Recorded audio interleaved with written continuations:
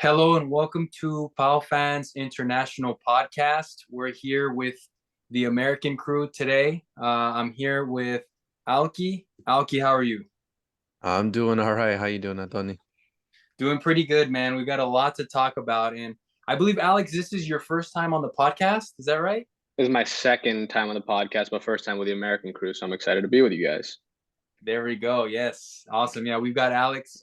He's our American fellow American Panathinaikos fan with us here, and so we've kind of got a loaded roster. As you guys know, we just had that big derby, Panathinaikos versus Olympiacos this past weekend.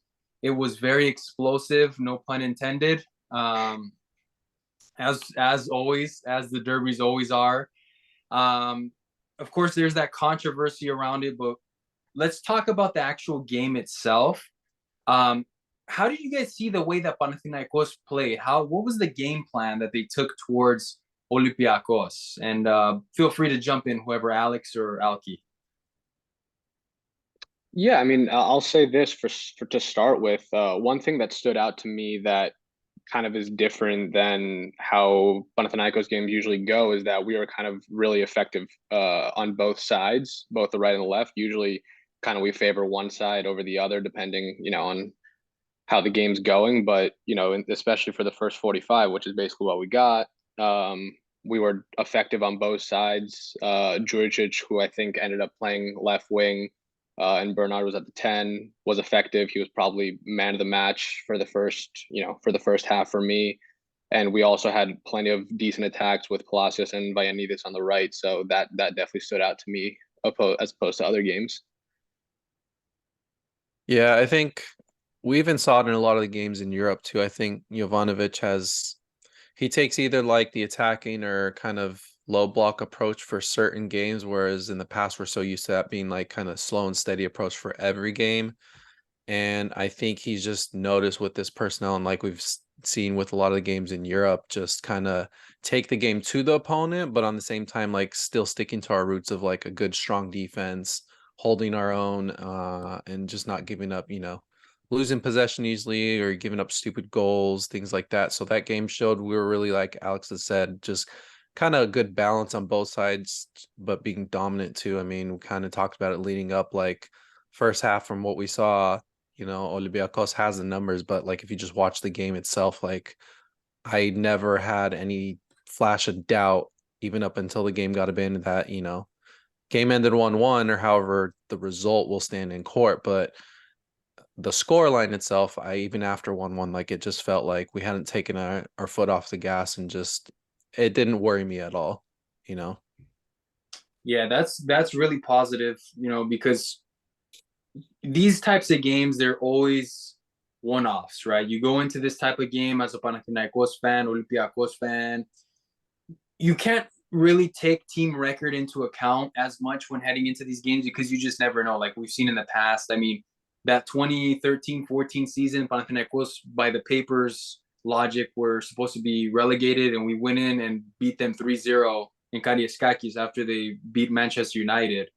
And so it's good to see that we're going into Karaiskakis and we're playing with like an attacking style. We're not really afraid. We want to kind of bring the game to them because I'll be honest, Olympiacos, of course, they seem better this year than what they were last year. They had a lot of, rotation issues going on. It was like a ring around the rosy type of thing. But this year they seem a little more stable. But like Nick was saying in our chat, it's like Olympiacos hasn't really played opponents that are too difficult yet. Not to take anything away from them, but it seems anytime they come up against an opponent that has some type of game plan, some type of structure, they tend to struggle a little bit.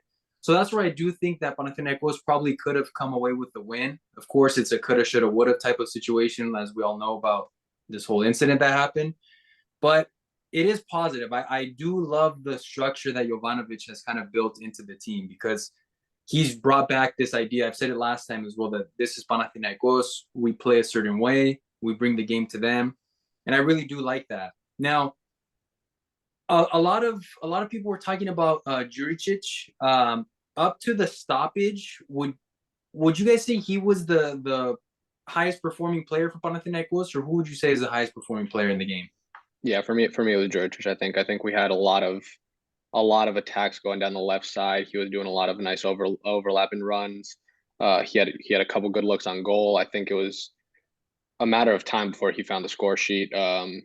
Probably deserved a goal in the first half himself. He was centimeters away probably a few times from finding the net. Just came in too late a couple times, or defender did what he needed to do a couple seconds before George got to the ball. I'm thinking about a few specific moments that happened, but yeah, for me it was him. But it wasn't just him. I think Bernard did well at the 10, where we've seen him, I think, do better this year than he has on the wing.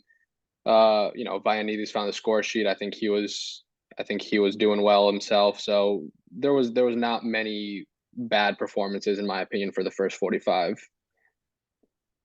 Yeah, I agree. I mean, I feel like Jurisic and Bernard are like two of those highlights for us just throughout the season. They'll go on streaks of like 2, 3, 4 games in a row where they're like game changers, and then other games where they're like solid, just not standing out compared to others. But I haven't seen them put a foot wrong this season. That's saying a lot, especially for a guy like Bernard, who us and a lot of fans and even some of the papers were just like sick of him, honestly. Like a lot of us wanted him gone, or we'd sell him even up until this point.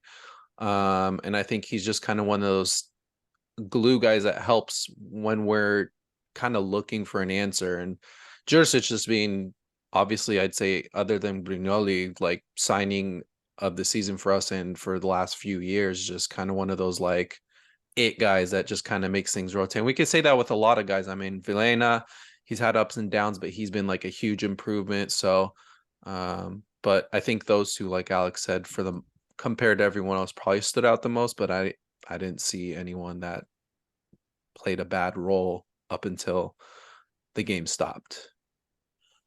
Yeah, that's I've been just scrolling through Twitter and just I'm in those Panathinaikos circles as you guys are as well, and just kind of seeing everybody highlighting Mladenovic, or I'm sorry, Juricic, um, after the game. I mean, after those 50 minutes or so, just kind of highlighting what a good player he is.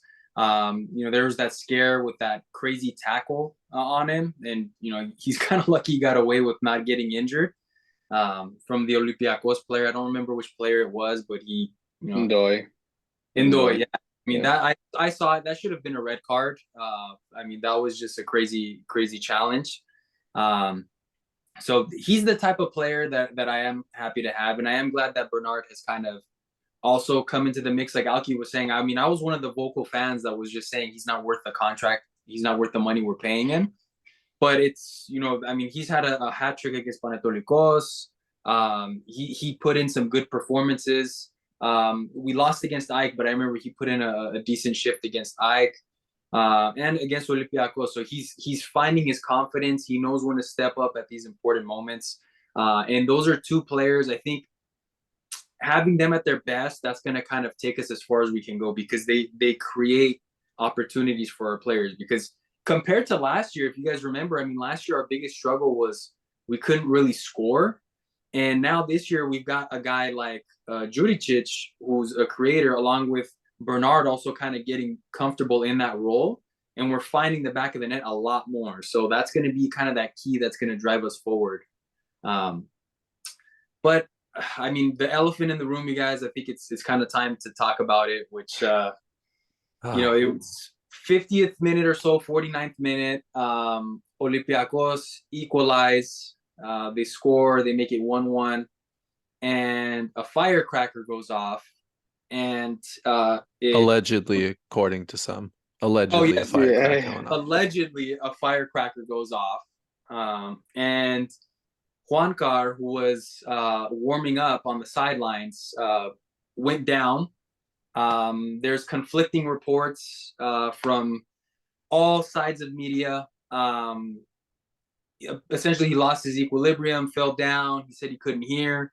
The match got stopped, and the match never resumed again. And since then, we've had just so much drama, so much, newspaper, Greek football. Greek I mean, media. We yeah, don't know Forget what about it. happened at this point, really. What who said what and who did what at this point, honestly. It's just such a joke, honestly. The joke part is just that all the constant or lack of streamlined information, and then the other part of it is just like, how long does this go on just in general in Greek football before, I mean, I don't know before what. I mean, we've seen people die over stuff like this for teams. So it's like it's gotten to the worst point it can, but even that hasn't stopped it uh in a derby game like this. But it's like this whole circus that keeps happening is just, it's embarrassing, honestly, for Greek football and the league as a whole. It definitely holds the league back, and I don't know. None of us are saying that Greece is going to be a top five league, but it holds the league back. And one thing that stood out to me, we haven't heard anything from Jovanovic yet, as far as I've seen, but it reminded me of something he said about what happened in August with Michalis, the AEK supporter. They were supposed to play on Tuesday, we were supposed to play on Wednesday, and obviously their game got postponed. And Jovanovic in his press conference said, this was supposed to be a celebration for Greek football. You have, the two Athenian teams playing Champions League qualifying football back-to-back days. It should have been a celebration, and it ended up obviously being the opposite of a celebration. And that's exactly, I think those same words apply to what we saw on Sunday. They applied to the cup final last year. We were not in it, but it was behind closed doors. That's also supposed to be a celebration, and it's something that's not celebrated. And that's just three instances in the past, let's say, 4 months. But the list goes on and on. All of these events are supposed to be celebrations of our league and our teams and our football and our fans, and it ends up not being that at all. So it's really a shame that that's what it comes down to.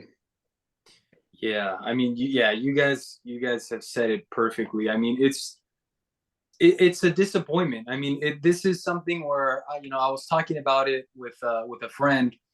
I mean, I've been watching Panathinaikos probably since I was 12 years old. I'm 26 years old now, and things that were happening back then are still happening now. So in terms of the football being played on the pitch, the last few years, I think we have seen an improvement. But at best, it's just remains stagnant on the outside parts, which are just as important, in my opinion, as the actual football being played on the pitch, because you're having fans just doing stupid stuff. I mean, your You just team can't respect that kind of behavior, honestly. Like, it got to a point where like there's certain point of like ultras and hooliganism and all that, like you can take it and draw that fine line, but like having that history and stuff, we get it. But like, this is 2023, top 10 leagues aren't even doing this kind of like barbaric acts, like, honestly. I mean, we don't see that. We see it maybe outside from the fans, outside stadiums and stuff, like especially during like European matchups and things like that. We've seen with like Italian teams and anybody in like the Eastern Europe, those Ajax leagues, fans like, recently, just a couple of weeks ago, Ajax fans had their scene inside the stadium. yeah. So it's like, I mean, it happens, just not to that extent and not consistently like it does for us. And you just can't be, it shows a bad image, and you just can't show, like, no one's going to respect that league at the end of the day.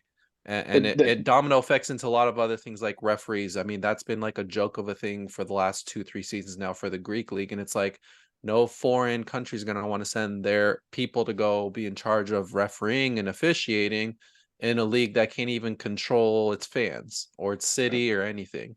And then we're going to get stuck with, the bias refs of Greek refs. Oh, Panathinaikos is paying that guy, or Olympiacos has him under the table, or whatever. Just like all these bullshit stories with a doctor saying, oh, he's a Panathinaikos fan. Well, we've also seen pictures of him show up at Aris games, Ike games with the players. Like, it happens. He's just a football fan. So it's just like, it's just the drama never ends for me. And it's embarrassing. You got to laugh at it just because of how joke it is. And we've been watching it for how many years? We're all fans. Like, at what point does somebody, and hopefully this weekend will prove something in how it stands in the court on Friday. Our team isn't involved in that from what I've seen, but like, hopefully this will be a starting point to just use common logical sense, guilty by association, whatever we need to do, right? To just get some consistency and some order in the league. Yeah, well, again, I just, piggybacking off of that, I mean, there, on top of just everything that's been going on, just a disappointment. I mean, you said everything perfectly. It's things are stagnant at best. We're having issues with referees. We're having issues with fans. I mean, for example, as I was saying, Olympiacos, they just score and let's throw a firecracker on the pitch, allegedly. Let's throw a firecracker on. I mean, what sense does that make? I mean, any logical person's gonna say, I mean, hey, let's celebrate. Okay, if we're gonna light a firework or something, we're gonna shoot it in the sky. We're not gonna throw it in the direction allegedly of the players. It's just all ridiculous. And I mean, you have this split, unfortunately, which that's the biggest problem I think with Greek football as a product of all of this that we're talking about. We have these splits among fan bases where we get blinded by the colors, and you've got people, blindly claiming that, oh no, Olympiacos, no, they didn't do that. The fan never did that. The game should go on. In my opinion, and I want to bring this to you guys after. I mean, in my opinion, Panathinaikos should get the 3-0 win on paper, just like the other clubs have done the last few years, per what has happened in the past. If we want any type of consistency, we need to continue this way. I mean, in the past, Panathinaikos has been punished, and rightfully so, right, for throwing things on the pitch and for other matters like that. We've seen PAOK get in trouble for, I guess, toilet paper hit an Olympiacos coach in the head. I mean, they stopped the game, got a 3-0 win.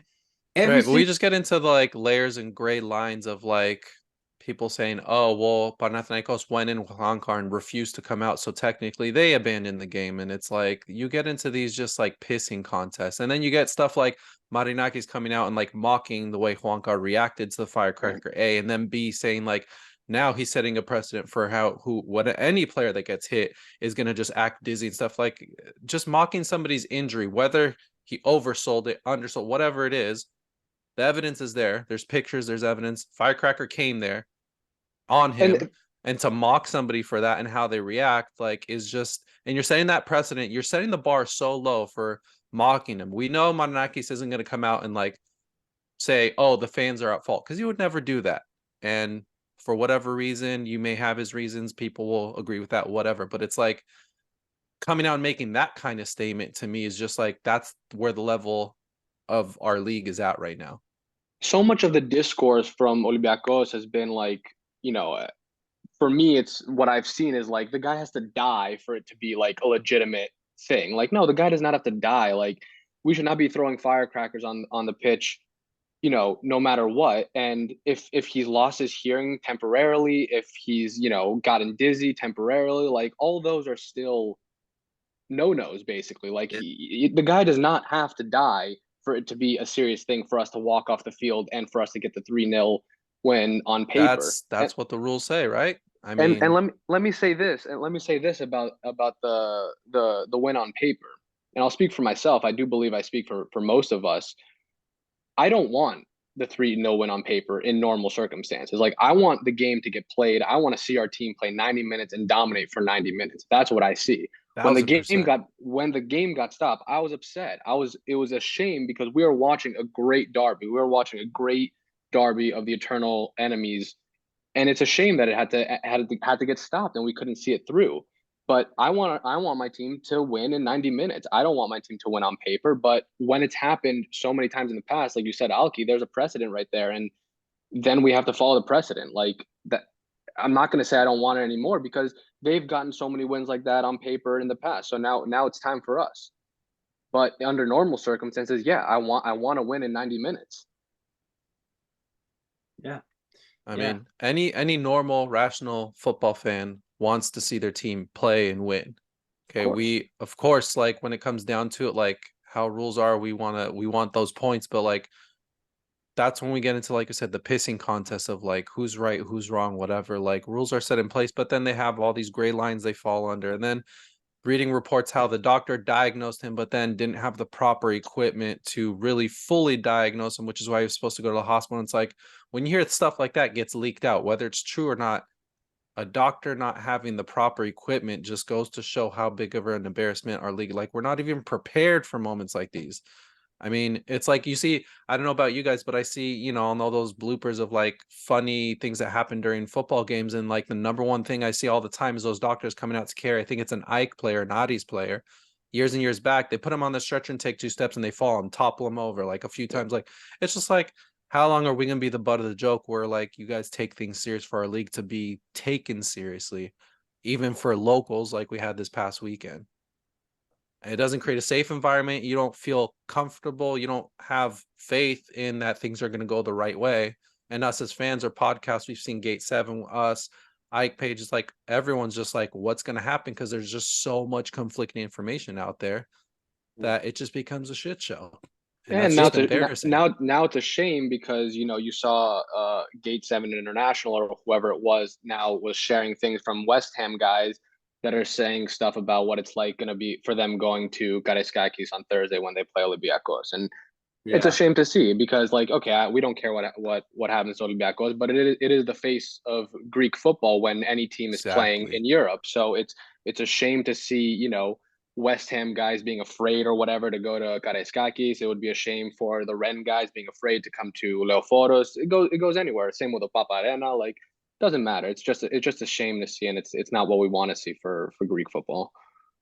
Yeah, it's an absolute embarrassment, and I mean, it just continues. Just like they've got, I believe the Greek league is on that kind of that short list of players of warnings for players that they have from what I've read in the past. I mean, stuff like this happens. I mean, it's 2023 and it's still going on. I mean, you hear about Izupoli, you hear about all these things from 20 years ago, and it's like, has anything changed? No, it hasn't. I mean, this hooligan culture and this it's hooligan culture, and it's just all of Greek football in a nutshell, really. I mean, there's problems from all directions, really. The problems never get solved on the pitch. There's something going on the pitch, and it resonates outward into outside things, and it's scary because if what's going to happen if, let's say, the courts rule against Panathinaikos, and somehow Panathinaikos gets a point deduction or something. Let's just say hypotheticals. I mean, I don't even want to imagine what's going to happen. It's too much. It's too violent, and it's an Too embarrassment. violent, and the fact that there's people that actually defend this behavior, try to justify what was done was right, or justify that Panathinaikos refused to come out. Like, it's just, that's what's sickening. We can't even just look at this morally, ethically. It's just all about the colors and wanting to beat the opponent who you've been an enemy of for the longest time. There's just that line that you draw, but there's always going to get crossed. And I'm not saying our fans, even our ultras, are perfect either. I mean, we've seen what happened with like those banners that everyone complained about, but we're talking about this specific instance. Like, it's just, I'm sick of the shit show, man. It's sad. And what's really also part of the problem, and you kind of touched on it, Alki, a little bit ago, is the media is so bad, and it's not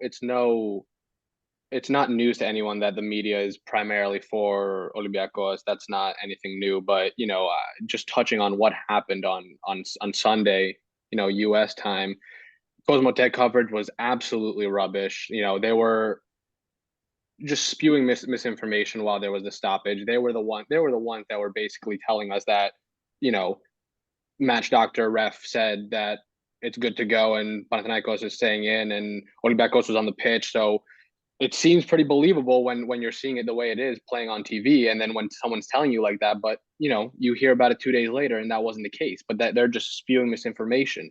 The ref wasn't even on the pitch. The ref wasn't even on the pitch when they were saying that. How can the ref be saying for the two teams to come out if he's not even on the pitch? He's not waiting for Panathinaikos to come out. Yeah, they So just it go to just the it's first amount so of media that comes out and they run sport with it.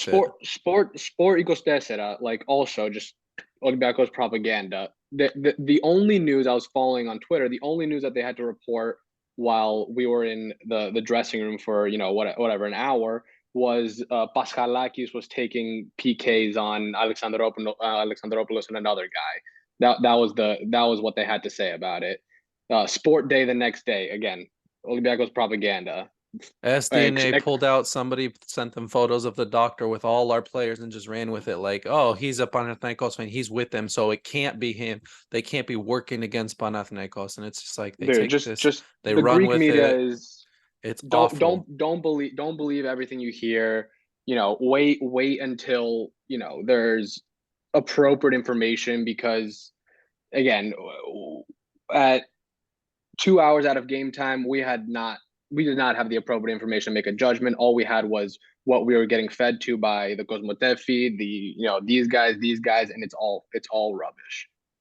There's never any clarity, and it's always blinded by the colors. The media pushes out this type of narrative, Yes. and the thing is, it's also with the fans. So the fans buy into this crap. I mean, I'm remembering back when Finn Bogasin, when Panathinaikos and Leoforos, the fans had thrown the flare near him, and the game never happened. And Panathinaikos loses 3-0 on paper, and it was kind of, people are going around proud. Yeah, that shouldn't happen, and I agree that should not happen. They shouldn't be throwing flares at all that, at players and at anyone.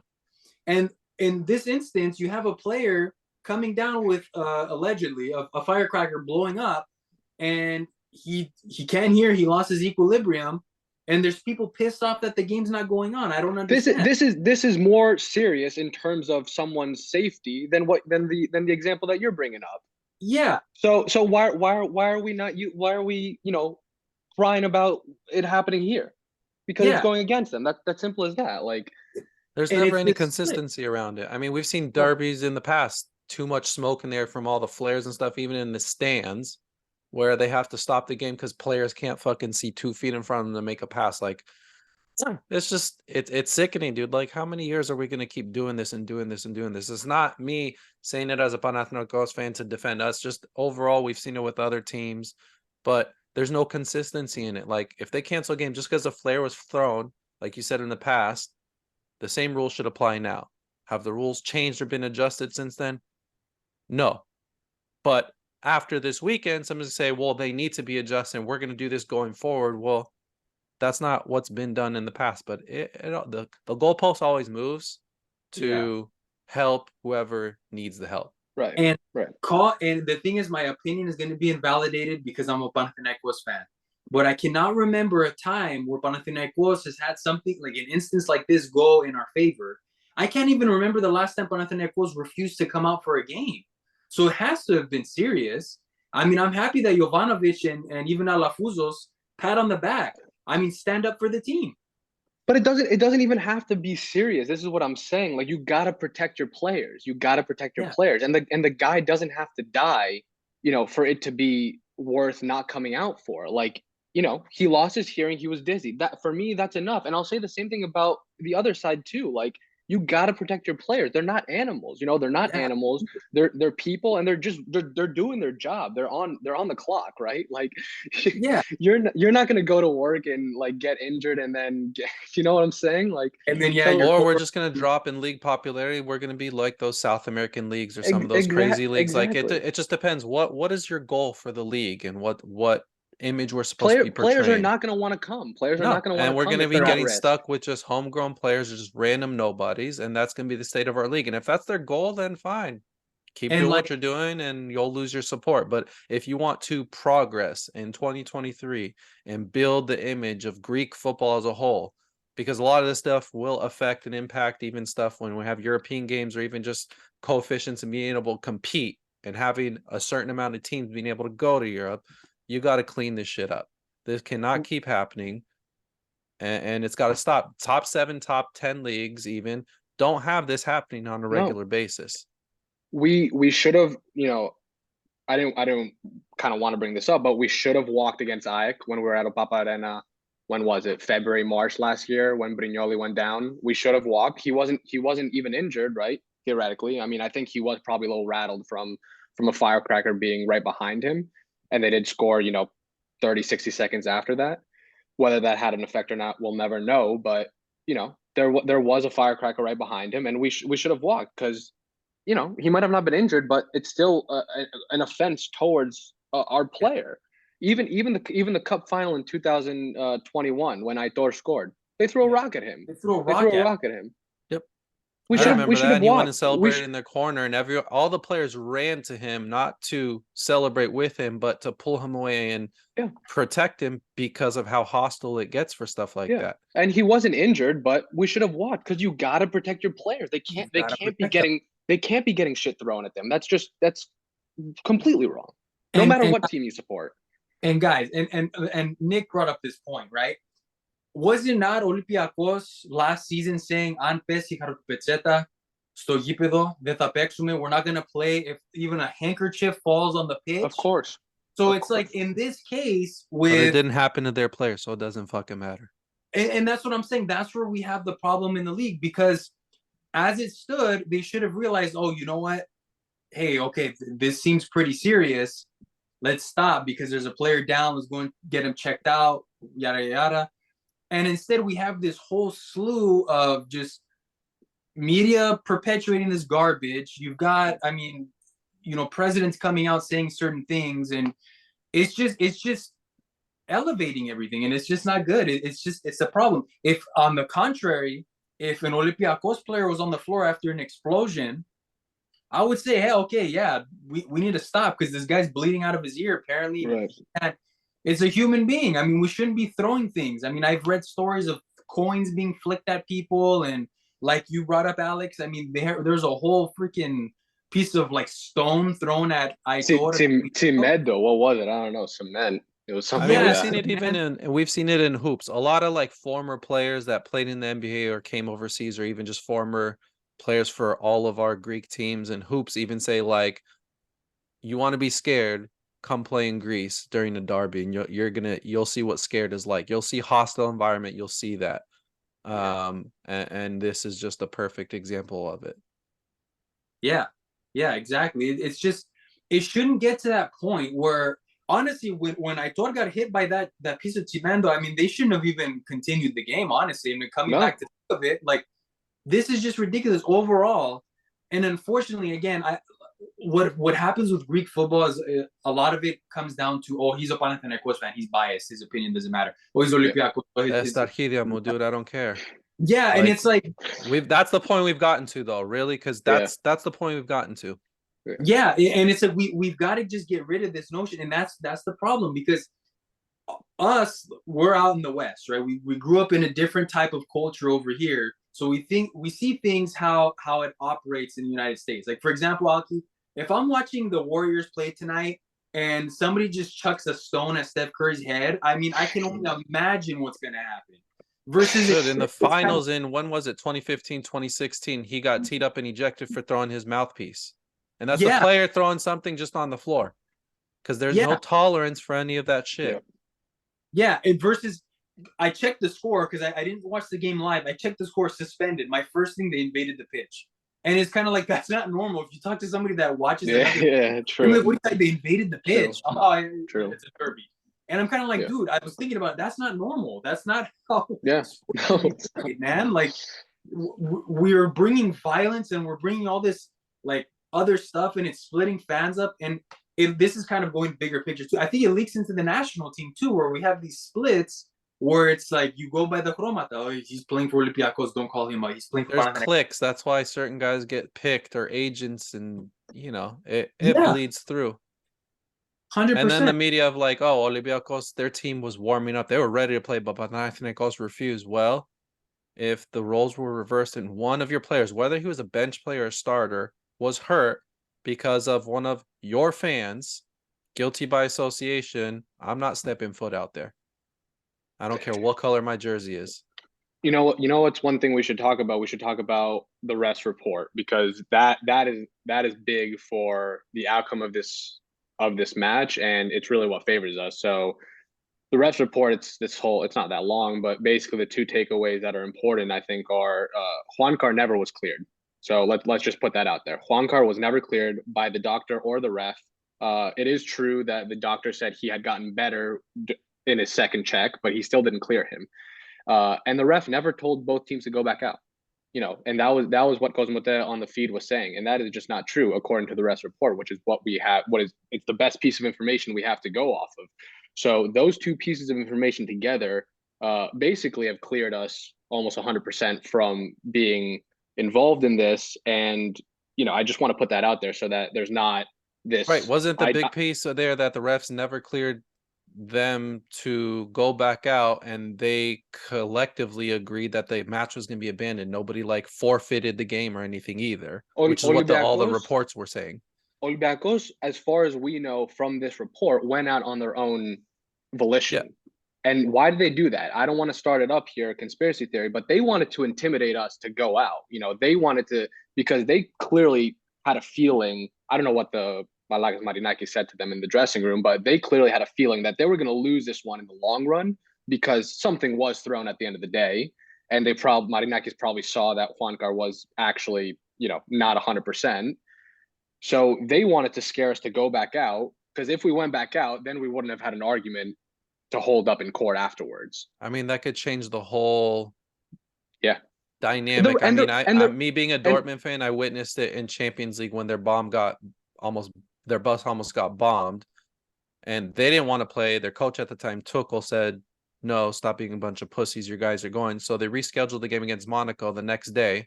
It was the same day, and they rescheduled for the next day. They go out, they lose 5-0. And if you watch the game, all the players were you could tell not there just from the trauma, all that. And so psychologically, that's going to impact dynamic of the team, the flow. It's just one of those things like we see in other games where it changes the momentum of the game, whether it's like their headspace is in a different spot or whatever. Olympiacos is going to be fired up like, oh, game's not on. They don't want to play, but we want to play. So like they're going to be scared to play us type of deal. And it's like they were also out there for who knows how long, 30, 60 minutes warming up. They were staying warm. We were in the dressing room. So there was no chance of us coming out to play and, it being at all even or fair or presentable, whatever you want to call it. But again, the ref hadn't come out. That to me says, and it's confirmed from the ref's report, that he didn't tell both teams to come out. If he had told both teams to come out, Olympiacos would come out, the ref would have come out, and we would have been waiting for Panathinaikos. And only one party was out, and it was Olympiacos, and they were trying to intimidate us into coming out. That's my 2 cents on that. Yeah, and we'll see what happens Friday, because according to those reports too, Panathinaikos is out of it. They're not asking for them to be involved. It's just strictly between courts and Olympiacos, which to me sounds like good news for us, but again, it's Greek football. You never know. Can happen, guys. we can wake up and see the result, and it could be against us. I mean, you never know. They could send them to court to tell them congratulations instead of like, hey, fuck off. They just got rid of us, so we're not an obstacle in court. Yeah, they're gonna be like, congratulations. No, but I think we're looking pretty good. Yeah, I think we are. I think we're, and it is, it is what it is. I mean, people are. It's justified. It's one of those, like we said, keep consistently guilty by association. Yeah. The players did nothing wrong, but if your fans in your home arena are throwing things for whatever reason it is, the team has to pay the price. Unfortunately, that's just how. Yeah. And most times, that's how the world works. And we should mention that I think. I don't know how you guys feel about the whole thing. We basically talked about it for, a good while, but I think everyone in the team handled it really well. I think from what we've heard, Jovanovic was the one that was pushing to not come out. You saw players were standing by Juancar specifically, Sporar and Verbic were right there. They were, playing their role, doing their job. So I think from what we know now, which is not a lot because nothing really has been revealed from the Panathinaikos side. I don't know. I think, which I'm happy about, by the way. Let it all play out. Don't put any words out there. Let everyone do their thing. Just from the little that we've seen, Jovanovic standing up, I think we handled it well, and I'm proud with how it went down, really. And again, I don't want to win 3-0 on paper. I want the 90 minutes, but when shit like this goes down, you got to stand up for your guys, and you got to put a foot down. Yeah. I'm definitely happy that the club has really stood up for itself this time. The only thing that I'm not happy about, I wish the admin never posted the picture of the doctor, because that was a little crazy. Yeah, it was not cool in my opinion. I mean, the guy's just trying to do his job, and now he's getting, they should have known. They know how the culture is in Greece around sports, and he was going to get threats and all these things. So that's the one thing I wish they never did, because that's just a bad look, and I feel bad for the guy. But overall, from Jovanovic, from ownership, from the players, from that standpoint, I am very happy with how they took it, because in the past we've just rolled over and just taken it. I mean, Nick brought it up as well, in the chat. Villafañez had been hit by a firecracker before. He got back up, and we lost that game against PAOK a few years ago. And it was, too bad, so sad. It is what it is. And I remember us kind of complaining back then, like, dude, I mean, we've seen softer things, softer punishments, or softer things happen with harsher punishments than what happened with Villafañez. And finally, our player goes down, and yeah, stand up for yourself. And hey, if in the event it does backfire, because you just never know, I mean, hey, I'm still proud that they stood up for themselves. That's what you need to do, because the others, to their credit, okay, they're gonna stand up for their teams. We've got to stand up for ourselves as well. I mean, that's just how it works. You got to stand up for the pack. Yeah. So I think this is kind of a horse that we've kind of beaten to death over the last few days. It's just going to continue, and tomorrow, at least for us in the U.S., that's when the result's going to come out from the court. Expect if it comes out. I mean, they go to court Friday, but they may take 2, 3, 4 days before they release anything after that. It'll get appealed to. I don't know. It's the whole bullshit. Like, yeah, we'll hear something about it in the next few days. We'll hear about it it's at not the gonna end be of the end season it. if it's a tight title race. We'll hear at the end Yeah. of the season where it's going to impact one or the other, Yeah. and then someone's going to fucking lose their shit. That's And then how it always works out. That's gonna happen. We've been here, done that so many times. We'll talk in like 4 or 5 months, guys. Yeah, we'll talk about that. And the thing is, we have them in the cup, so we're gonna play them again for 2 legs. 5 more times this year. Yeah, so we're gonna play them a ton. So this was our first meeting of the year, and this was explosive. I mean, literally and figuratively. Like, we're in for it for the rest of the year, you guys. And honestly, I mean, based on what happened last year with Ike and all that whole issue, I mean, we probably haven't seen the end of drama this year in the Super League. So just buckle up and get ready for more. Honestly, whether it's hard, we're like a month and a half. We're in October, shit, right, man. Not even made it to fucking December. It's not even Thanksgiving for us in America. Like, Jesus Christ. Yeah, we're in October, and there's already a Di Castilla. Like, it's like, dude, what the heck is going on? It's like, halfway in the season type stuff. But no, I mean, geez. But yeah, I mean, let's shift gears a little bit, you guys. So we talked about the FC a little bit. Let's get into Panathinaikos basketball. It's been a little bit since the American crew's been on and kind of had a chance to talk about the basketball team. Do you want to do that first, Antoni? Do you want to do Rennes preview? Should we? We're on the topic. You know what? Yeah, that's actually a good idea. Since we're already on FC, let's go into Rennes. More positive things. We're still in Europe, so yeah. So yeah, top of the group. Yeah. Exactly. So yeah, we are still top of the group in Europe. Of course, we had that win against Villarreal, which is huge. We got that draw against Maccabi, and now we're gonna have this week a game against Rennes, which that is gonna be a home game for us, right? At Leoforos. Yeah. Back at Leoforos. Back at Leoforos, because we've had that drama now with Oaxaca, which I never thought I would have said this, but I think I prefer our play style in Europe at Oaxaca versus Leoforos. I just think the bigger pitch just suits the way that Ivan has set us up in these European games. So, I think that's a good place to start. What do you guys think about the pitch situation? The pitch situation is, I don't know. I think you kind of are correct. We've seen good performances at Oaxaca over the years. This year, we had 2 games in qualifying at Leoforos. One was good against Marseille. One was meh against Dnipro. And then Oaxaca has been bad against Braga and good against Villarreal. So it's kind of been 50-50 really. But then it just other than the pitch too, the fans come into play. Like now we're hearing about how many tickets are going to get sold at Leoforos. It's going to be 1,000 to the general public plus the season ticket holders, which I don't remember how many season ticket holders we have, but I do remember vaguely that it might be like 5,000 to 6,000. Maybe I saw that number over the summer. So, for argument's sake, let's just say, Leoforos holds about 16,000. Let's say we'll have half the stadium will be fans. and half of it will be UEFA officials, sponsors, club people. So, you're talking about 8,000 fans versus 60 some thousand fans. That's going to come into play. The pitch, like we said, it's going to be a weird one. It's going to be way different than what we've seen recently.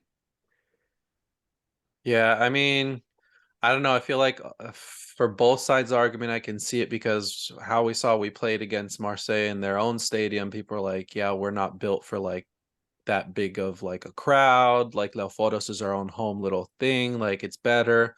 And then on the flip side, we saw us perform at Oaxaca. So I don't think I think we've had enough with this group of guys where there shouldn't be a preference at this point. And they've performed pretty evenly at both, like Alex touched on. So it's just kind of like what we just talked about, that whole situation with the stadium at Oaxaca is like just another kind of like add it to the list of just the drama and embarrassment in Greece, just having that come up after how many years.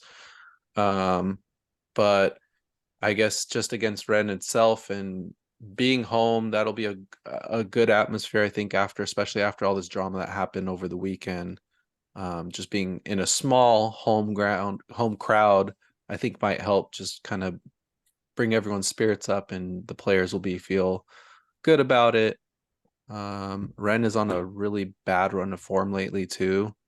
I think at the last 4 or 5, they started the season pretty good. I don't know if you guys paid attention, but their last like 4 or 5 games, think they lost one, drew one, and lost like 3 in a row or something like that. It was a pretty bad run of form lately. So, So I looked at the recent games, and it's kind of a weird one because I think what you're talking about, Alki, is so the last game that they played, they lost to Lorient 2-1 away.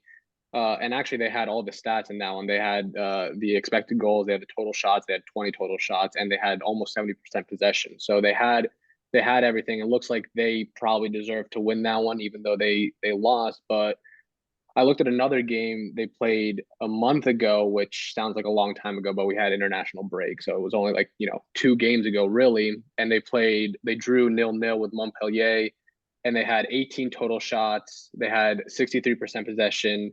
So kind of a very similar storyline to their last game against Lorient.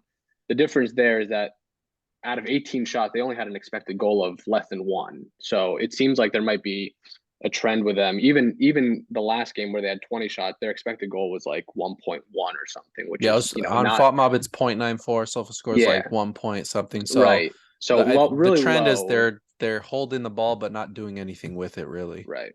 So it seems like they might be taking like these, long shots, like really not really effective attacks that they're putting together. Yeah, it looks nice on the stats, but they're not putting anything of value on the pitch. So, I guess we could maybe, expect a little bit of the same. We're gonna be under pressure because they do hold the ball a lot. They're always 60-70% possession in these league games against similar teams. So they'll hold the ball a lot. We'll be under pressure. They're going to shoot the ball, but I think as long as we don't let them step a lot into the box, it looks like they, kind of struggle if that doesn't happen. Yeah, I mean, going into the game against Rennes, just based on all those points that you brought up, Alex, as well as Alki, like it kind of reminds me in a way a little bit of the Villarreal game when we were going into that one, where Villarreal, they were kind of going through this weird sort of situation with the manager and mixing up tactics and mixing up the lineup, and they just weren't playing effectively. I think us going to Leoforos, I think the one big positive is, I guess, the closeness. Just all the fans are together there. It's a big fortress, and besides the game where we lost with Ike, I mean, I don't. Panathinaikos usually it's a very intimidating ground to play at whenever we're playing at Leoforos. So that'll certainly play into our hands. Just kind of like getting into lineups and tactics a little bit. I don't see too much changing from the game we saw against Olympiacos. I feel like the game plan that Jovanovic went with against Olympiacos is something that we might see reflected again in the game against Rennes. Because it was a derby game, but also I feel like it was a time to experiment because Olympiacos, of course, they're a good team. So usually want to try things out, and it seemed to be effective. Unfortunately, the game didn't get to finish, so we didn't get to fully see it. But I think Juricic is certainly a player that we're going to see in the lineup. He's going to have to be that X factor player for us. Personally, I'm going with Ioannidis starting again. He's just been so impressive for me this year, and just keeping the back line the same. Is there anything that you guys maybe suspect that Jovanovic is going to change up, or you guys think he's going to roll with what we saw against Olympiacos for this game against Rennes? I think pretty similar. I think he might take the same approach he's taken against some of the other French teams or even via Real. I think Rennes has a they keep possession, so their main guy, and I don't know if this is managerial choice or they switch gears. Their main guy is Matic in the middle. Now, as we all know, Matic is a big name. He's played everywhere, but he's slow pace, kind of take it. He controls the game in the middle and he's slow. So I'm hoping Jovanovic kind of takes it to him kind of on the counter, beats him with speed because they're not a fast-paced playing team, but they will hold possession a lot. And as we've seen in seasons past, Jovanovic is like cherry on top of everything is just his counterplay. And that's where we're at our best. Even when we go full attack, like we've seen ourselves be super good on the counter. So I'm hoping he goes in that. As far as like player selection, I wouldn't really change up too much of what he's been going with. I think, with injuries and who's healthy and who's not, I think he's going to stick to what's been working. We might see a change, I think, like we've seen on the flanks with obviously Juankar. We don't know what's going to happen with him.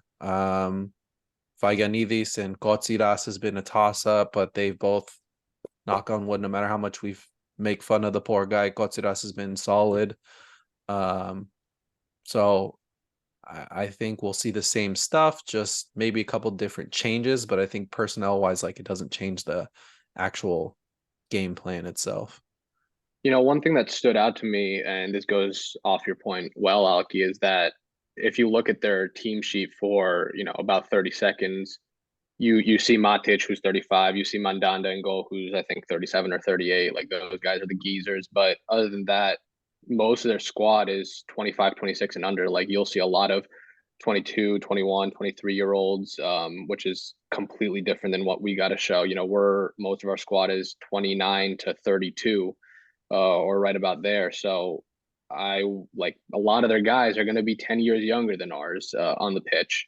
And I'm not even, that's not including the, Perez and Matic, they kind of cancel out, they're both like 34, 35. So forget about them. But, then you got the Schenkenfelds who are, he's 31 or something, and he's up against, one of their good players was Guiri. He's like 22, 21, 22,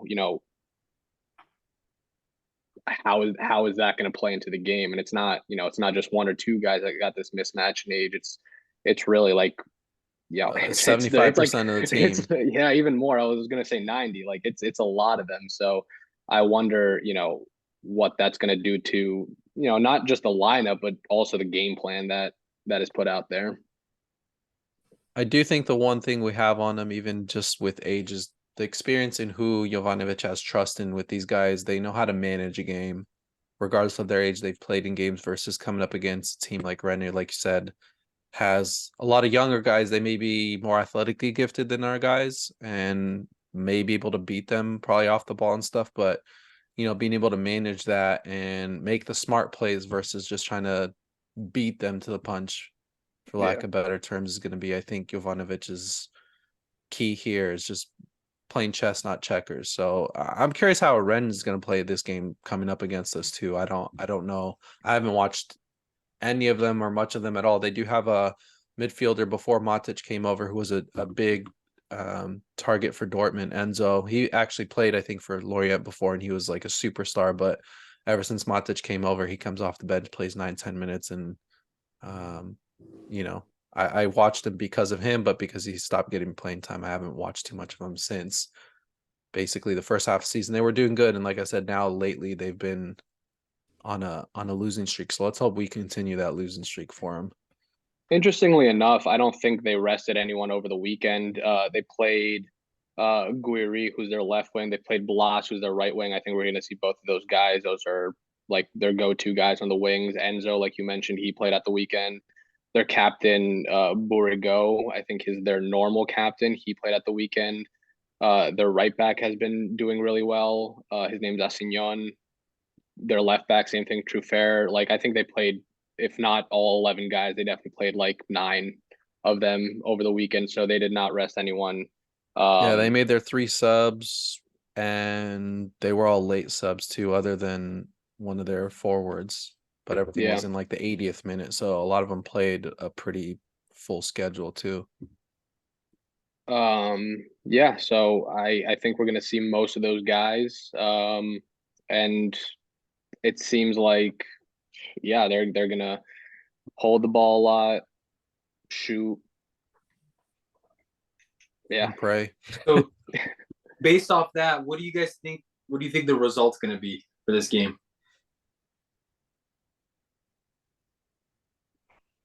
I'm I gonna think we'll go see well something similar with Marseille, like a 2-0, 2-1 type of deal. I don't see it being super high scoring, but I think we'll see a few goals.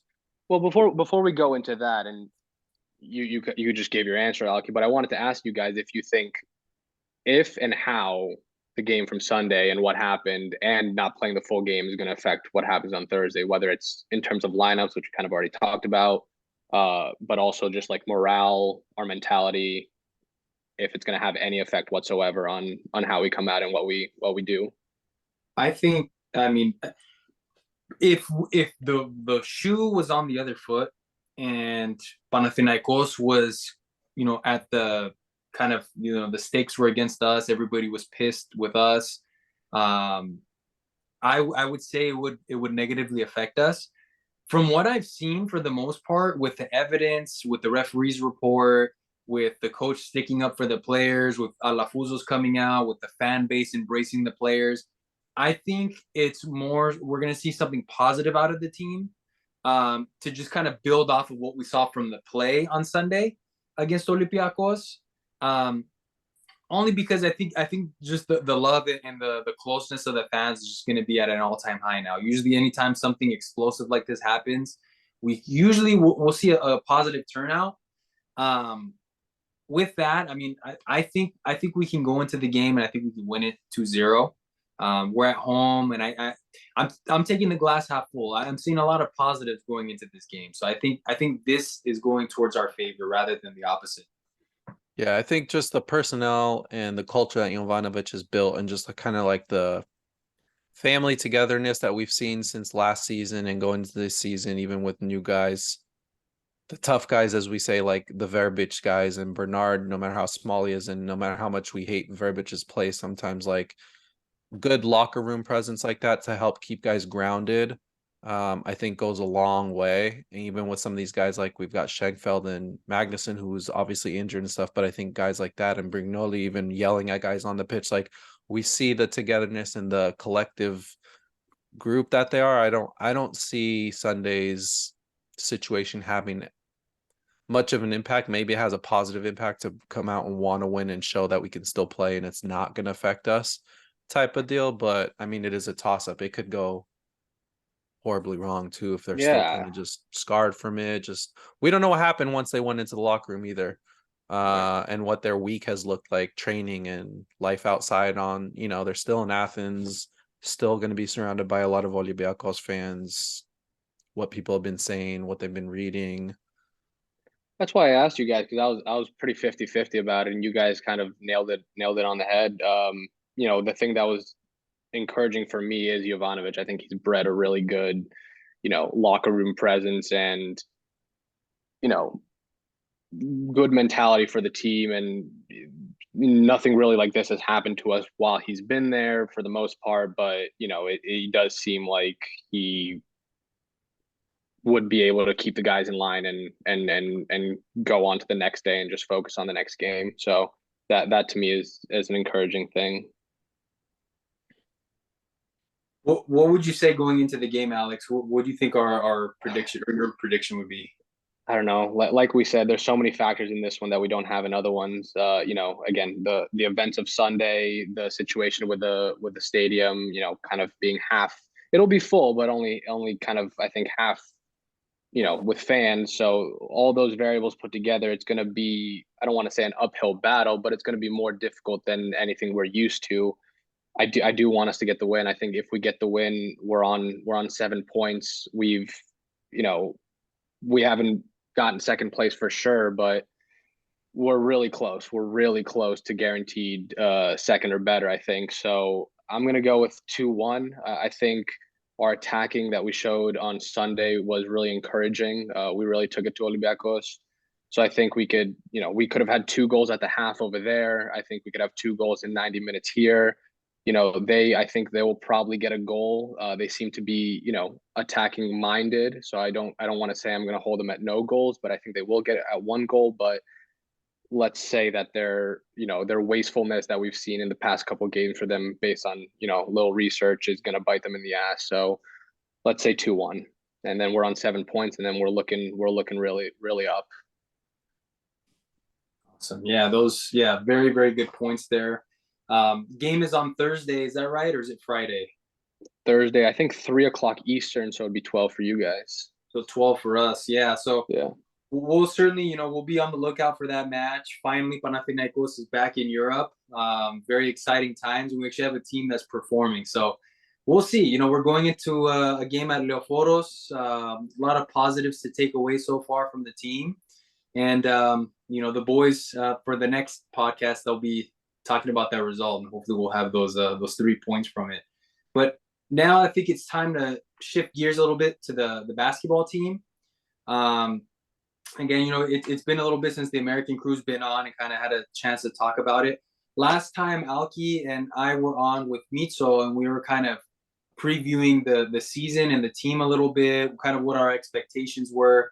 And I remember Alki was talking about, along with myself, just team needed a little bit of patience. We had this new team, just to kind of keep things realistic heading into the league. And so we've started off so far the EuroLeague campaign. We've played 4 games and we've got a 1-3 record. Now, there's been this kind of split between the fan base a little bit, where some are demanding change, some are saying remain patient. In EuroLeague, again, the slogan is every game matters, and every point does matter because they do tally up the points. What are you guys' thoughts so far about this kind of start to the EuroLeague season? Is this something you're expecting? Are you a little bit disappointed? Are you a little bit concerned? What are you guys thinking? I'll just, unless you have something to say, Alki, I'll just say that, we've been talking about it a lot, that the expectations are probably too high. And that's not, you should always aim high. I'm not saying don't aim high, but aim high while still being realistic. This is a completely new look squad.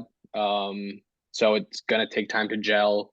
I'm not the first, I'm not the last person to say that, but it's something that we do have to really take to heart, because we could be quick to overreact, and 1-3 doesn't feel good, but the expectations were probably Final Four. More realistic expectation is probably playoffs. And I don't want to sound like a pessimist, and I don't want to make the Final Four. Of course, that would be awesome. That would be way I don't know, exceeding my expectations even right now, based on being 1-3. But we have to temper, and it'll get better. It's not going to be like this just because it started like this. It's not going to continue like this for the whole year. It's going to turn around pretty quick, I hope and I think. But also, the 1-3 is kind of harsh on us, I think. 2 of them went into OT. You were saying, Antoni, that ball roll away from winning the opener against Olympiacos, and that could have been a completely different look going down, would have given us more momentum instead of being a gut punch. So there's been some tough breaks for us. That's not excuses, but things could be a little different. And the 1-3, like I said, is not. It sounds a lot worse than what we've actually shown in EuroLeague. I think the Fener game was really the only one where I was like, okay, this is not. We deserve to lose this one. I'm just going to throw my hands up. But again, the Olympiacos game could have easily been won. The Maccabi game could have easily been won. Obviously, we won the Bayern game. So, 1-3 is a little harsh. Yeah, I mean, is it disappointing? Yeah.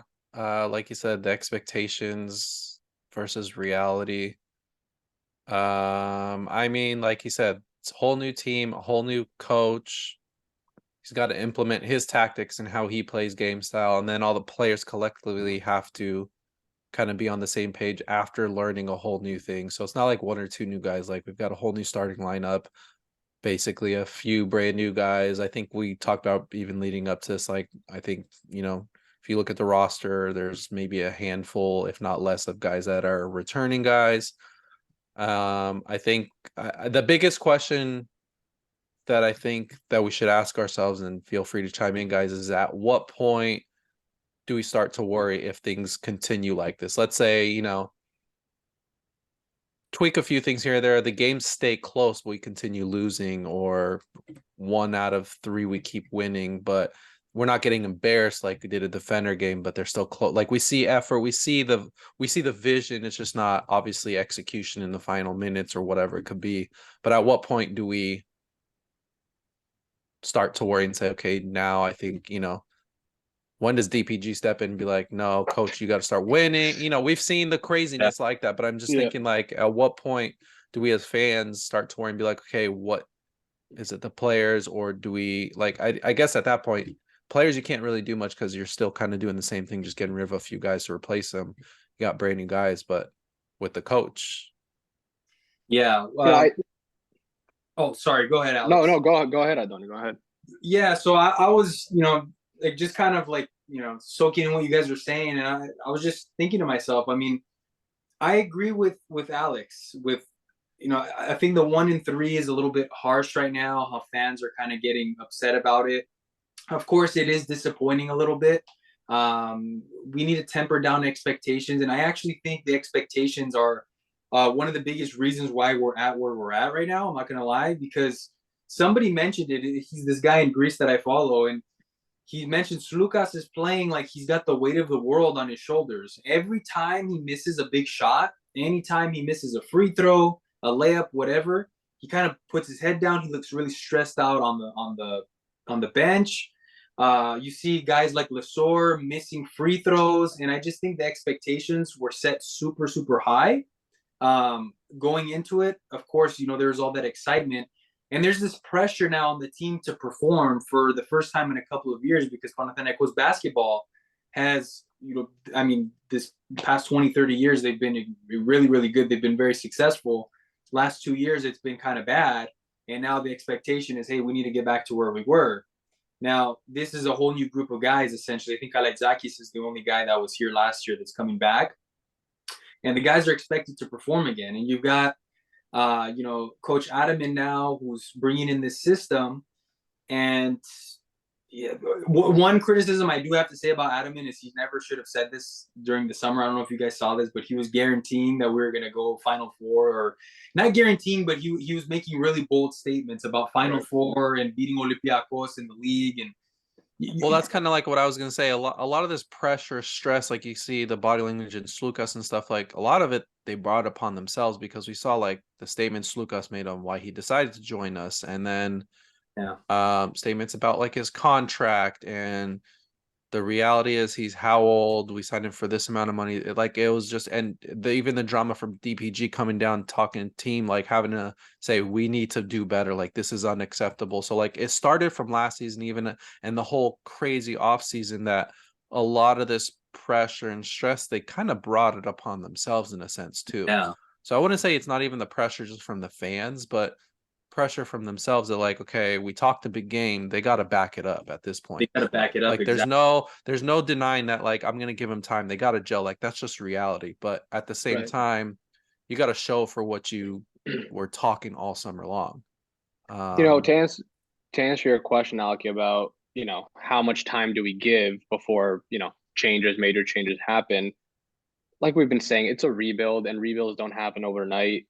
One year, I don't want to call it a waste, but 1 year where we're going up, as long as we see improvements and development and things going on the up and up, then that's all fine by me. And then we could, really compete next year or even the year after. But, I don't think we have to jump too much yet because, it doesn't happen overnight. So, listen, we're not making the final this year unless, a big surprise happens. We should be competing for the Greek league.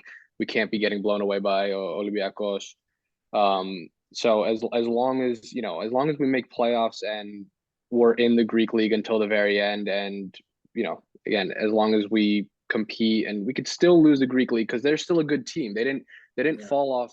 They didn't fall off the map just because they lost Lucas and who was it? Sasha to the Sasha, Canes. right? Yeah, Sasha, right. So they're still a good team. So it's not even a shoo-in that we're going to win the league, but we got to be competing. So for me, playoffs, compete in the league, hopefully win the league, and then we're really going to go at it next season. I think that's where we want to be. Yeah. So, so then to add to that though, we make playoffs and compete in the Greek league. Do you think realistically, because this is just us talking, but do you think fans in general, whether it's hoop fans of the Euro hoops and just Panathinaikos fans, or even ownership and whatnot, management, do you see them giving the team a year before it's like, okay, now next season, Final Four for sure, championship or bust type of deal, whatever it is? Do you see even getting it a year? Like, I guess my That my question is, do yeah. we see, what do we see as like the realistic expectations out of like the coach, management, and the players at this point? For this year, I mean, again, we should strive for the best we could possibly do. I do think it was, not the best thing for Ataman to say, Final Four. That was kind of shooting yourself in the foot a little bit. And then you start 1-3. And listen, if we go 1-4, it's not over, but we really got to win the next one. Like, we really got to win the next one, even for playoff sake. I'm not even talking for Final Four sake. We really got to win the next one because 2-3 is a lot better than 1-4, right? I don't remember who the next one is against. Onia. But okay, so gotta win that one. Alki, to answer your question, the fans are gonna be more critical than I think they need or should be because of all this talk that happened over the summer, and we're gonna have a shorter leash than we probably should. That's what it comes down to, and I hate to say it, but I don't want that to be the catalyst for big changes too soon because without, again, I'm not a basketball expert. I do follow the BC, but I do think Ataman is the right man for the job. Like, he's only gotten high praise. So I don't want anything too rash to happen where we're like, we got to make a head coaching change. Like, I don't want to see that. Listen, if it drags on for a couple of years and we're struggling and we're just getting into playoffs and that's about it, then that's a different story. But again, as I said, build upon each year and, like, listen, if we get playoffs this year, good, then we build upon it next year. And that's not. I'm even thinking about. I don't want to go too long about this, but I'm even thinking about Olympiacos FC. They were kind of in a rebuilding phase this year, even from their own words. That is their own words. They sacked, obviously, Pedro Martins midway last year. They had their interim coaches, and they got their main guy, and they expected to be in this kind of competing because they always do. They're Olympiacos, but also kind of not competing. And then, okay, they came out through 7, 8 games, 9 games, and they're top of the league. So that completely went out the door, that rebuilding season. But that's what they were saying before this season started. The difference between them and us in BC is that they had a good start, so they could forget about the rebuild, and we had a bad start. So we're Yeah, kind of like they're back to over like delivering compared to us, where we might be under exactly. delivering and no one wants to We're be under under the delivered, and that's Exactly. just So the reality that's of the it. difference. That's the difference. So if we were over delivering, we would not be having this conversation. We're slightly under delivering, but again, the under delivering is not severe. It's a lot more severe than it probably looks. Again, I'm gonna harp back to, it's 2 OT losses. We're 1-3, but we're 2 OT losses. So it's not like we could take them away. I'm not saying erase them, but again, just a ball roll and We could be Maccabi. 3-1 versus one and Exactly. three, We could be like 2-2. And if we were in 2-2, that's still, like, we would be having this respectable. we would be Yeah. having this conversation, but not to the same, magnitude. So again, I think if we could get back to 3-3, and again, this is looking games in advance, but if we could win 2 out of the next 3, let's say, like I think we're sitting all right, and we could put a lot of this behind us. You know, it's been pretty good in the Greek league too. You know, not just to focus on Euro League. I know it's different quality of opponents, but you know, we just won 111 to 75 against Lavrio. Like again, it's Lavrio. I'm not, you know, we're not going to talk about it for 10 minutes, but statement win. Good to Oh, see that we're putting up that number. You know, the one that concerned me a little bit was the one with Peristeri, which was a couple weeks ago. We were down by 17. We did end up winning it, which is good, but we were down by 17. And Peristeri is a good team. They're one of the better teams, but still, you never want to be down 17 in the Greek league, even against, you know, Olympiacos. So And we kind of talked about it, like there's a lot of small things that, as we see just from experience and or lack of experience playing with each other, that are just causing a lot of these issues. Like our defense is just hot garbage, yeah, and that could there's be no perimeter. coaching. It's no personnel perimeter. that's out there just being able to play together, like no perimeter defense, like you said, Adoni, where we, Yeah. the Euro hoops is like, they're shooting. It's a shooting game too, as well. Like you turn around, you could be down 2, and then next thing you know, you're down like 10 or Yeah, 12. The game's at a Yeah. loss. Or there's been times, even we saw even with last season, completely different roster, but it's still carried on this year, where I see like box score of like quarter over quarter, where there's some quarters we're barely struggling to score like 10, 12, 14 points, and other quarters where we're blowing them out 30 plus points. Like there's a lot of lack of consistency, which is the only thing I can say that concerns me. Very unrelated to last season, because it's a whole new group of guys, but the same issues we saw last season are kind of still happening this guy with a whole new group of guys, and it's just, and a new coach, so it's like, Yeah. And, and and you know what though? One of the areas that I am a little bit concerned about, like just kind of like play style wise, and I've said it a couple of times now. I don't think we can run the two guard system. I don't think running Slukas and Vildoza together is going to work out, because we're getting absolutely mauled on the perimeter. they're a Slukas, liability on defense. Lucas is older, there's nothing wrong with him, he's plays yeah, good, but like when guy like him and guy like Vildoza, who's their build and size is just they're too small in small. general.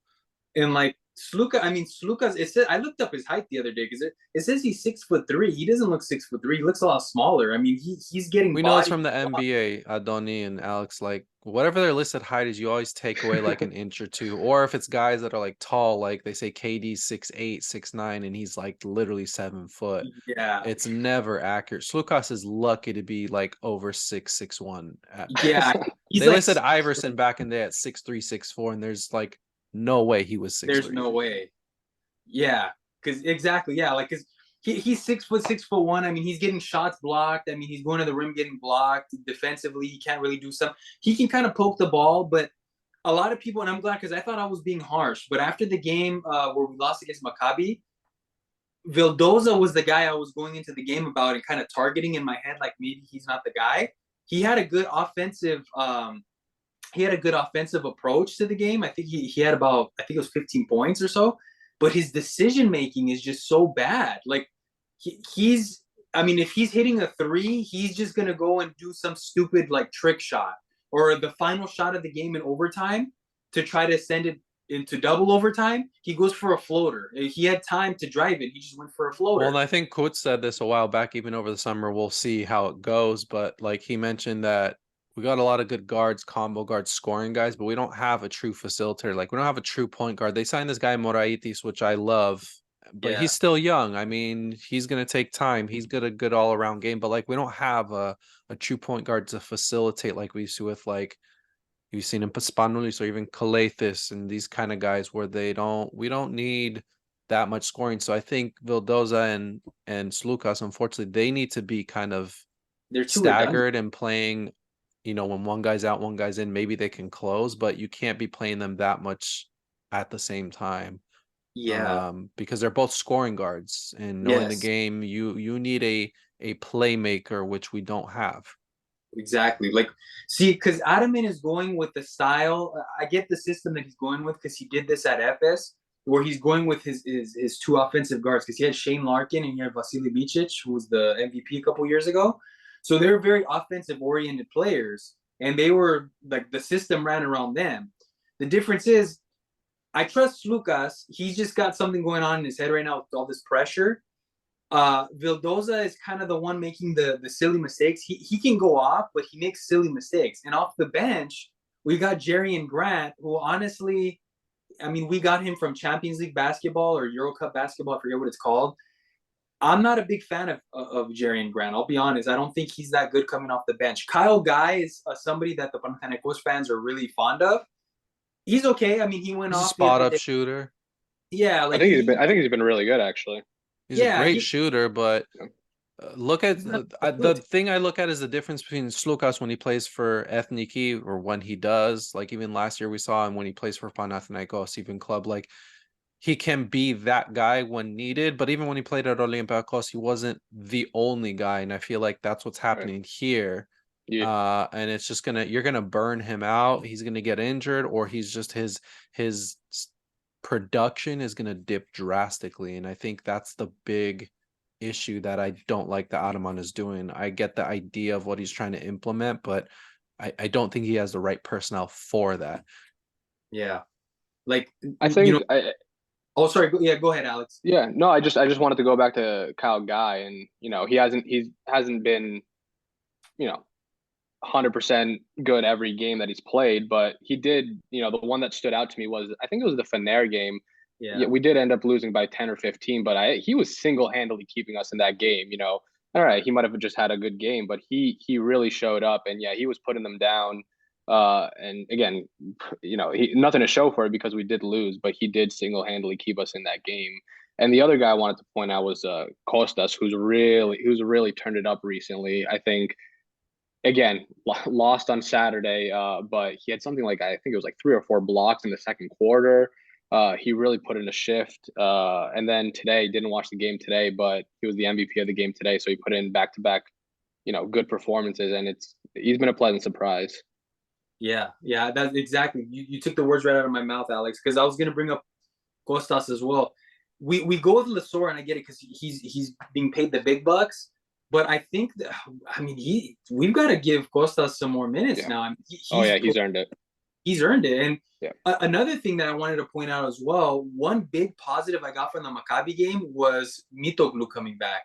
Mitoglu was such a like a breath of fresh air. He brought that passion to the team. Now we're lacking that playmaking, like Alki was saying, because we have 4 guards that are all redundant. They're all scoring, so we don't really have that facilitator.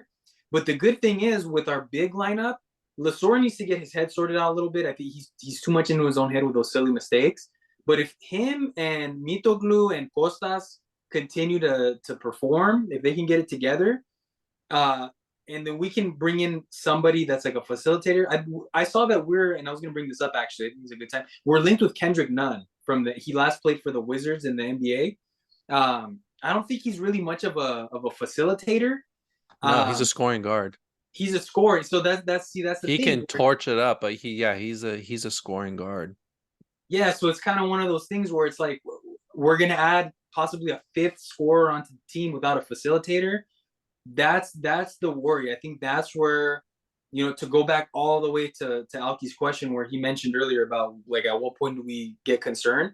If we're still seeing, a few games in the same types of mistakes over and over again and no ball movement and no facilitation, I think that's going to kind of paint the picture for the season. I'm worried, I hope we don't get rid of Adam, and I think he's the guy for the team. I think he's a really smart coach because you said you had watched the game, right, Alex, the Maccabi game? Yeah. Personally, I think he got ejected on purpose for that game because if you know, probably, yeah.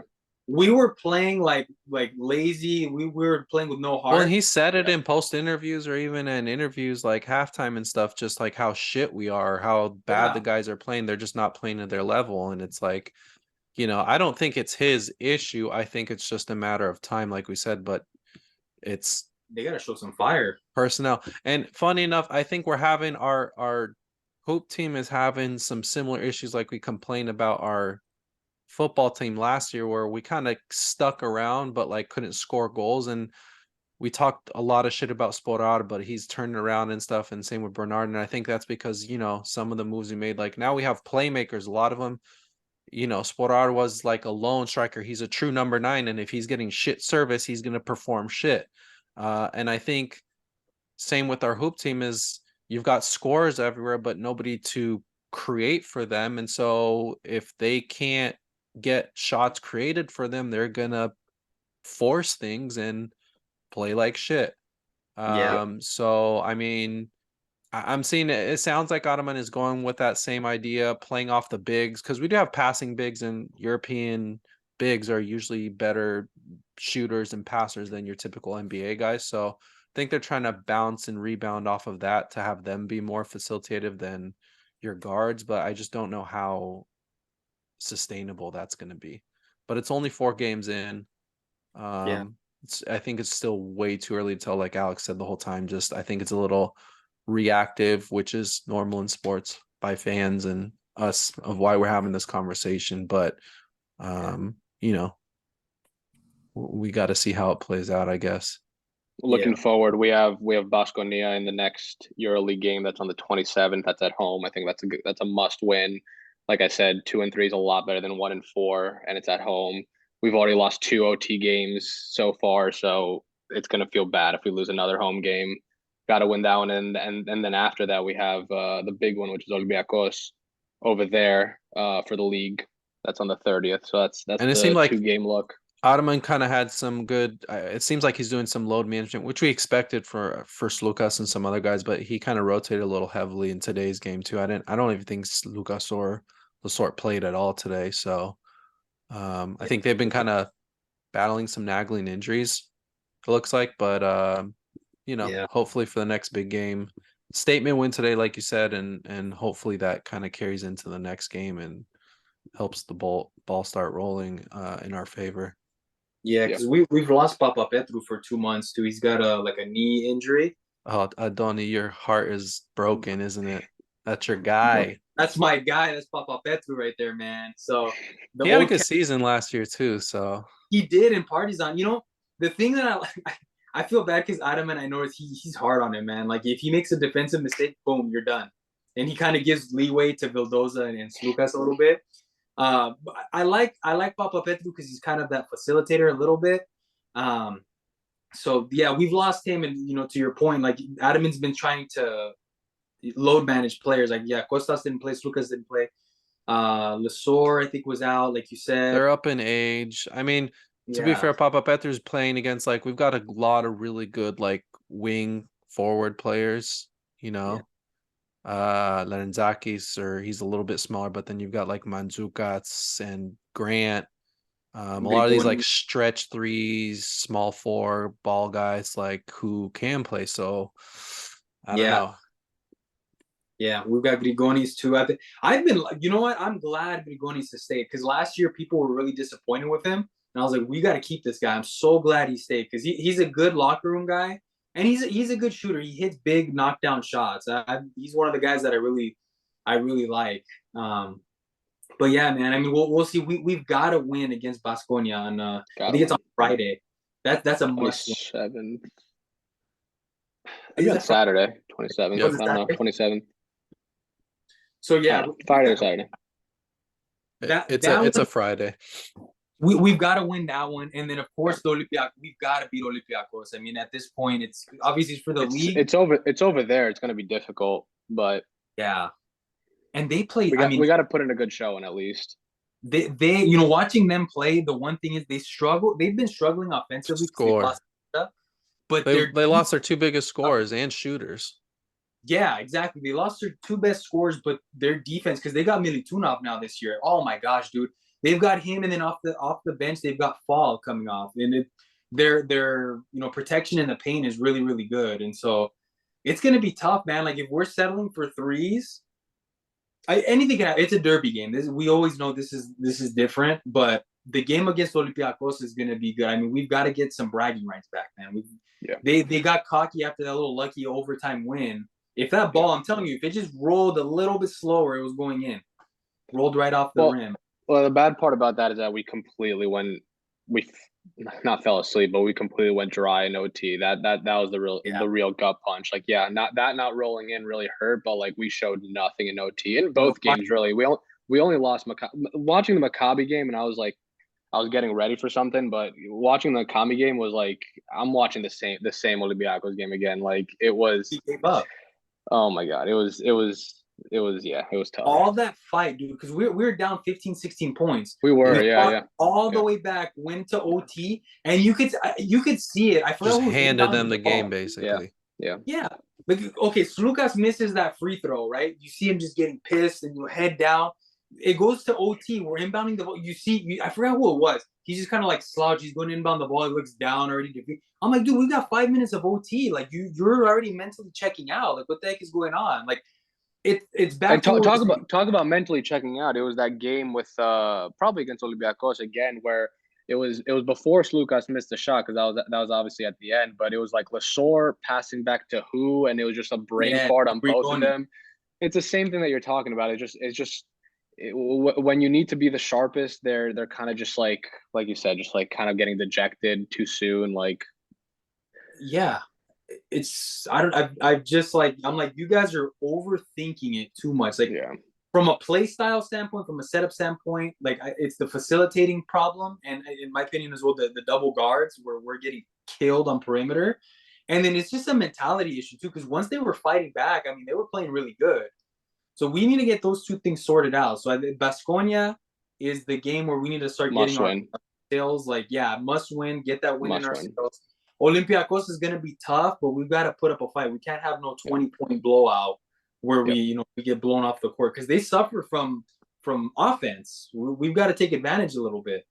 So we'll see. But that's I think that's pretty much calling everything a pod this time, you One guys. more thing to mention. Back to FC real quick. Lodegin signed that extension until 2026.